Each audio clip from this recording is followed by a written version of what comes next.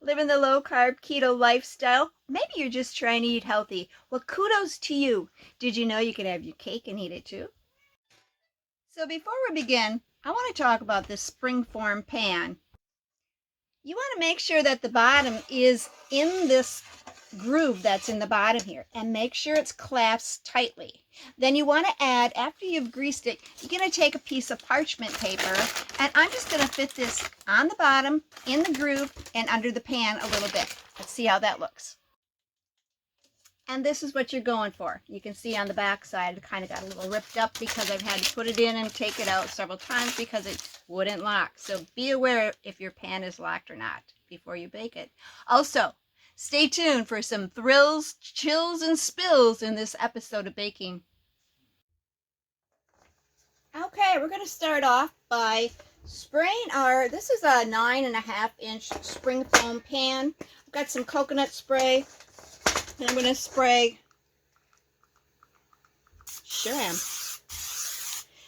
the whole container with the coconut spray. And this will be a baked cheesecake. We are going to be using 1/2 cup of coconut flour. And you're going to add in 1/2 cup of baking cocoa powder. I've got that in. Scrape the rest of that off. And we also are going to add 1/2 cup of erythritol. It's a plant-based sugar alternative. And because this was crystallized, I did go ahead and I put it in my, I measured out 1/2 cup, and then I put it in my coffee grinder, and it came out rather fluffy. So I had to remeasure this and actually remove some of it. So make sure that if you are not using it already powdered, that you measure it correctly if you are going to grind it to make it into a powder. So we're going to get this stirred up with a fork. Just get it all nice and incorporated. And we are going to add, I've got 1 stick of melted butter. And once I get this all stirred up, I'm going to add the melted butter into the powdered mixture. And this is for our crust. I've got my oven heating right now to 350, and I'm just gonna get this all mixed together and get that nice and mixed. Look at that creamy goodness.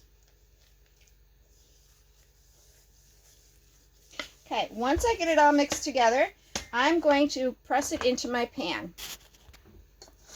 And we're just going to push this into the bottom of our pan and get it nice and flat. And it works a lot easier with your hands if they're clean, obviously. All right, so we're going to get this into the oven once we've got it all flattened out, and we're going to bake that for a little bit. And a little bit is 12 minutes. So we're going to get this in the oven at 350 for 12 minutes. And you can see this is what it looks like in the pan. While the crust is in the oven, let's start making our filling. So I've got 3 packages of 8 ounces of cream cheese, and you want this to be at room temperature. 6 tablespoons of heavy whipping cream. 3 large eggs. And 3/4 cup of erythritol powdered. 3 tablespoons of baking cocoa powder. We're going to do 1 teaspoon of vanilla extract. And for our peanut butter flavor, I have some Lily's peanut butter flavored baking chips, and I'm using about 1/4 cup. And you can see I've got more than 1/4 cup, but we're going to add that in for that peanut butter flavor. And we have 1 tablespoon of butter that we will add. So let's get our cream cheese into the bowl and our heavy whipping cream. And don't get too far ahead of me into the video because these chips will be melted so that we're not just going to throw them into the batter whole. So we do have to melt those. The cream cheese is in the bowl. Let's add our heavy whipping cream. Try to get all that in there. And then we're going to mix this with a hand mixer until smooth and creamy. And our crust is done. We're going to set this aside and just let this cool. So our cream cheese and heavy whipping cream is blended. We're going to add our 3 eggs, the 3/4 of a cup of the powdered erythritol, and the 3 tablespoons of cocoa powder, and a teaspoon of the vanilla extract. So we're going to put this in, and then we're going to mix it again with the hand beater. And I did lower my temperature on my stove in the oven to 300 degrees so that we'll bake that at 300 degrees. And the peanut butter chips and the 1 tablespoon of butter is in a separate container that will be melting shortly. Let's get this finished mixing up. All right, we've got our ingredients mixed up in our cheesecake filling, and now it's time to melt the chips and the butter. I'm going to put this in the microwave for 20 seconds until it becomes a consistency of nice and creamy, and then we will add it to the filling. All right, here's the peanut butter, and that only took about 35 seconds. So I did 20, and then I stirred it, and then I did another 15. Not bad. We're going to add this to our mixture, and then we're going to blend it up once again with our mixer. While our crust is nice and cool, let's add our filling to the pan. A bit heavy. And our oven's at 300 degrees. Once we get this in the pan, we're going to bake this for 55 minutes or until a toothpick inserted comes out clean. Look at that yummy goodness. Everything is yummy goodness. All right, we've got it in the pan. Let's have a taste of that. Oh, that's going to be delicious. So while our cheesecake is in the oven, I have a little story to share with you.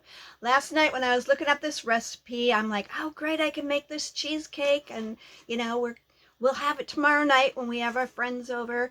And I realized that I didn't have a springform pan. I've never owned a springform pan. So I knew I needed to go to town, and our little town has no department stores, and it's like, I'm gonna have to find the thrift store, and it was getting late. They weren't gonna be open much longer than an hour. I needed to run to town and find me a springform pan at my Goodwill. Well, let me tell you, when you have something in your mind and you want to find it, and it says, come on over, I know what you need. And I went there, and everything in the kitchen area was spring form pans. There was a set of 3 of these, brand new, the one that I'm using in the oven, brand spanking new for $5.99. And then there was this Pampered Chef one.